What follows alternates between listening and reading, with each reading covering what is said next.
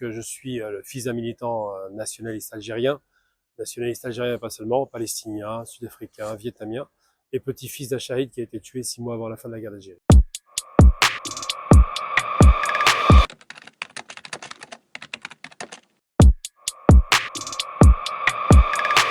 J'ai repris le militantisme, on connaissait ça à l'âge de 10-12 ans avec notre père, puis j'avais abandonné pour des raisons familiales et pour une promesse que j'ai faite à mon père, à savoir qu'il ne fallait pas s'engager dans les questions militantes en France, parce qu'il a fini par être produit en 84, expulsé pendant 4 ans, torturé, il a subi des choses incroyables.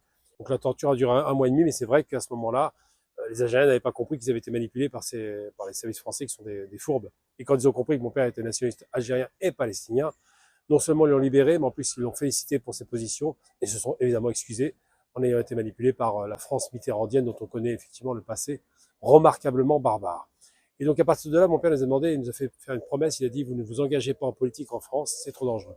On peut comprendre à son retour d'Algérie en 88 qu'effectivement le risque était réellement quelque chose qu'il connaissait, qu'il a subi dans sa chair, et il ne voulait pas que ses enfants subissent la même chose, sachant qu'il ne voulait pas que ses enfants en veuillent à l'Algérie pour ce qui lui était arrivé, parce que c'est la France qui était à l'origine de ça. Et donc par la suite, on a refusé donc de s'engager, mais on a monté les sociétés, on a bossé dans notre passion, la bande dessinée, la culture, la peinture, bref. Et par la suite, ce qui s'est passé, c'est qu'on s'est réengagé sur le tard, après le décès de notre père en 2002. J'ai choisi une date symbolique pour mes 40 ans, en 2008. Donc en 2008, j'ai décidé de me réengager, pas sur les questions palestiniennes, mais sur les questions anti-racisme. Je considérais que mon action dans mon entreprise, c'est bien mignon, mais ça m'ennuyait profondément. Et qu'en même temps, je me sentais inutile. Je faisais de l'argent, je m'amusais avec des amis, mais je ne voyais pas ce que j'avais à faire dans cette société française qui me posait de plus en plus de problèmes avec cette offensive raciste qui avait été initiée par des gouvernements successifs. Ça a commencé par Sarkozy, puis après c'est multiplié. Je me suis engagé donc 1 an après l'arrivée au pouvoir de Sarkozy. Et par la suite, évidemment, j'ai commencé à m'engager avec des organisations politiques antiracistes, de plus en plus radicales, parce que quand on est antiraciste, on est radical apparemment. Et j'ai fini par me dire qu'il fallait qu'on structure une organisation qui aille en politique, qui aille se prendre aux élections. Un vœu pieux, puisque ça n'a pas marché, mais j'ai quand même côtoyé tout le Gotha antiraciste décolonial parisien, et par la même, évidemment, le Gotha nationaliste algérien, puisque ça va de soi, souvent ça se croise. Et très rapidement, je suis embarqué dans une spirale inattendue. J'apprends en 2010 la mort d'un ami que j'avais connu dans le cadre de mes activités professionnelles, Saïd Bourarache, qui a été tué par 4 juifs avec une dimension raciste qu'on pouvait deviner, jeté dans le canal de l'Ourcq. Ça m'a rappelé évidemment les Algériens jetés dans la Seine. Et là, j'ai pris fait et cause pour lui, parce que je l'ai connu, ce malheureux qui n'avait tué personne, agressé personne. C'est un Marocain lambda qui venait d'Oujda, qui n'était pas politisé. Et j'ai compris qu'on l'avait sali sa mémoire en faisant croire qu'il était antisémite à la télévision. Et un beau jour, un copain à moi algérien qui travaillait pour la télévision française m'a proposé, une semaine d'ailleurs, un beau jour, une semaine après la mort de Saïd, il m'a proposé de passer à la télévision face à Marine Le Pen. C'est comme ça qu'a commencé ma médiatisation. J'ai eu 7 à 8 millions de téléspectateurs en direct, pas préparé. Je suis allé vraiment, je sais pas ce qu'on va dire comme ça, sur un coup de tête. 45 minutes avant l'émission, je ne savais même pas que je la faisais. 45 minutes après, j'étais devant Le Pen, qui rentre sous les applaudissements du public que je ne connaissais pas. Je parle du public parce que je ne savais pas que la télévision, c'était une talk show où on présentait les politiques les plus radicaux comme étant des stars de la télévision. Donc j'ai été choqué par ça, parce que moi le téléviseur, j'ai acheté il y a 30 ans, donc j'avais aucune idée de ce que je voyais. Je connaissais même pas les intervenants, ni la durée, ni rien. Et là, j'ai pris mon bâton de berger, puis j'ai commencé à lui rentrer dedans. J'ai rétabli l'honneur de Saïd Bourarache a posteriori, et en même temps, ça fait parler de moi dans tous les milieux militants. La télévision voulait me recruter, ce que j'ai refusé, et pendant 1 an, j'ai plus fait de télévision. Je continue à militer par elle-même. Et ensuite, il y a l'affaire 2011, donc l'assassinat de Kadhafi. On me redemande de passer à la télévision, ce que je finis par accepter, encore une fois sur France Télévisions. On me propose un contrat pour être chroniqueur permanent, ce que je refuse à nouveau. Et l'assassinat de Kadhafi est un choc que je reçois comme étant une trahison, parce que Kadhafi était un nationaliste évidemment libyen, qui avait au cœur le bien-être de son pays et de l'Afrique. Et quand on va l'assassiner, l'objectif il est simple, c'est de faire en sorte de taire une voix panafricaine, panarabiste, qui s'inscrivait clairement dans un débat politique pour lutter contre les inégalités qui existent en Afrique et pour lutter contre la domination néocoloniale. Et donc à partir de là, effectivement, ce leader qu'on appelait le guide de la révolution libyenne va être assassiné par le pire personnage qui soit de l'histoire de France, à savoir Nicolas Sarkozy, qui va tout faire pour renverser un homme qui avait eu cette qualité de redresser la tête devant l'occidental, mais qui malheureusement est tombé dans le piège grossier d'un fourbe comme Sarkozy qui n'a pas hésité effectivement à déstabiliser le pays, à amener avec lui l'Angleterre et les États-Unis pour en finir. Et ça m'a fait prendre conscience de mon côté au risque de la déstabilisation de l'Algérie. Parce qu'on est évidemment, on a une frontière commune de plus de 1000 km, et qu'effectivement l'Algérie était quand même en bon terme avec la Libye et a compris le risque. Donc l'Algérie, a son honneur qui a été sauvé, a quand même sauvé la femme et la mère de Kadhafi. L'Algérie a refusé le bombardement du territoire, évidemment, sans pouvoir intervenir, parce qu'à ce moment-là, on n'était pas encore assez fort. Et surtout l'Algérie, qui est un pays nationaliste, mais surtout un pays anticolonialiste, très proche des causes, évidemment, vietnamiennes, palestiniennes, sud-africaines, a considéré que ce risque augmentait sur ses frontières à juste titre. Et donc là, j'ai compris qu'il fallait renforcer mon ferment nationaliste algérien et faire en sorte que ce pays, que normalement tous les Algériens aiment, avec cette espèce de folie footballistique, se transforme en autre chose. Un amour qui soit pas seulement par le foot, mais par la force du pays, par l'économie, un amour qui soit attaché à l'histoire de notre culture, de notre nation, et un amour qui soit viscéralement attaché à l'idée qu'il faille faire de l'Algérie la première puissance économique africaine. Donc tout ça, ça commence à mûrir dans mon esprit. J'ai eu l'occasion à l'époque de faire 10 ans de marché financier, donc je me suis intéressé à l'économie mondiale, et j'ai vu que nous étions, nous, l'Algérie, complètement absents de tout le système intégré économique, ce qui m'a posé problème. Et je me suis dit, il faut absolument faire entendre cette voix, et surtout faire entendre la voix de la diaspora algérienne qui doit investir chez elle pour faire de cette nation une grande puissance, car la diaspora, il faut le rappeler, c'est 20% de la population en dehors des frontières, ce qui n'est pas rien.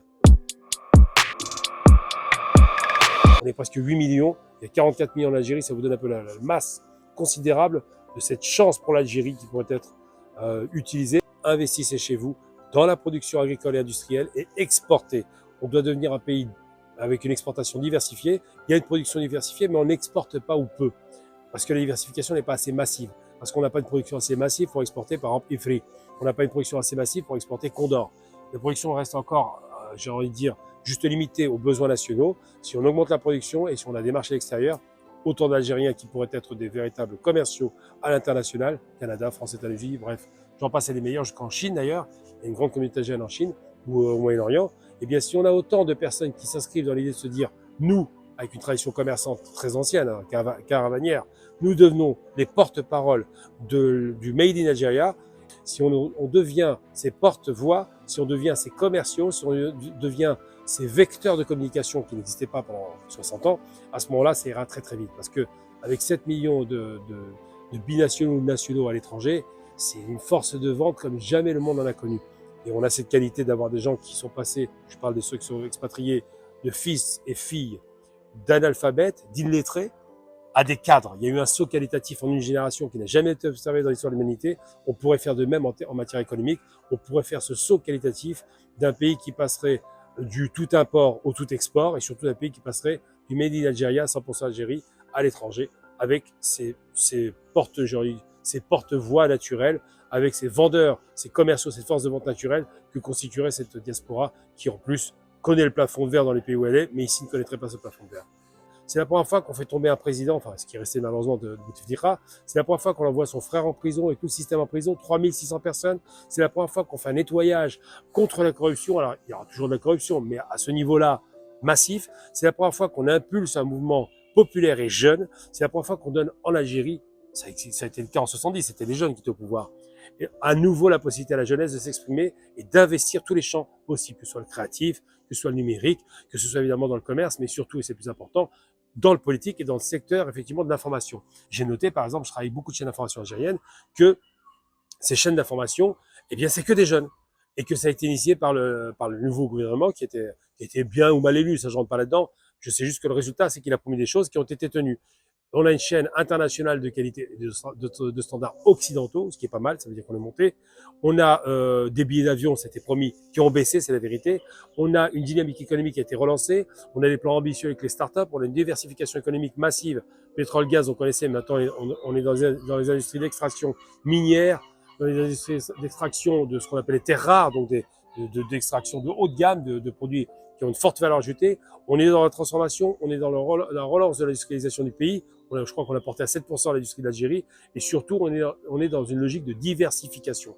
L'idée, c'est quoi? C'est de faire en sorte que l'Algérie de demain soit une Algérie à la fois qui se réconcilie avec son tissu industriel, qu'elle a perdu en 70-80, plutôt 80 plutôt, 80-90, et surtout une Algérie qui soit montée en puissance en faisant en sorte, effectivement, que la production agricole monte. On est passé de 25 milliards à 30 milliards en 2 ans. Ça veut dire qu'il y a un vrai saut qualitatif. Les chiffres sont là, la production agricole est visible, ça occupe à peu près, je crois, 25% du peuple algérien, parce qu'ils sont souvent dans l'agriculture ou dans la production diversifiée, enfin, dans la production de l'agro-industrie, donc de l'agriculture qui passe en industrie transformée. Tout ça pour dire qu'aujourd'hui, en allant en Algérie, je peux le constater, j'entendais beaucoup de propagande anti-algérienne. Eh bien, aujourd'hui, je constate une chose, c'est que j'ai déjeuné dans les restaurants, il y a un peu de Coca-Cola, malheureusement, ce cancer est partout, mais il y a une réalité. Ifri, Hamou, tout un tas de boissons algériennes, 100% algériennes. J'ai mangé des produits de bonne qualité d'ailleurs, même des chocolats algériens, je ne m'attendais pas à ça, qui ressemblent par certains abords à des chocolats style européen, Nestlé et autres, mais qui sont algériens et qui ont répondu à des standards, une exigence de qualité qui est au rendez-vous. Et ça, c'est pas du mythe, ça c'est un fait. J'ai vu que l'Algérie, par exemple, qui était quand même assez impactée par la pollution et la saleté, a commencé à se nettoyer. On voit que maintenant ils ont mis en place le recyclage, ce qui n'est pas rien. On passe d'un pays africain à un pays avec des standards occidentaux. Et surtout, je vois que chevillé au corps, j'ai vu dans cette jeunesse, j'ai parlé avec tout le monde, taxis, commerçants, partout, ils veulent rester ici, ils veulent se battre pour leur pays parce qu'ils croient au changement et le changement est perceptible. C'est un pays qui est en plein développement, en plein essor et Inch'Allah, comme on dit, nous participons à cette aventure, tout comme je le ferai moi-même, puisque je vais investir dans l'exportation de produits textiles. J'espère que tout le monde me copiera d'ailleurs, dans le but de faire en sorte que le label algérien soit exportable à l'étranger et que la devise étrangère revienne en Algérie, qu'on ne sabote plus l'économie du pays. Je suis intimement convaincu qu'en 2030, l'Algérie peut devenir la première puissance africaine.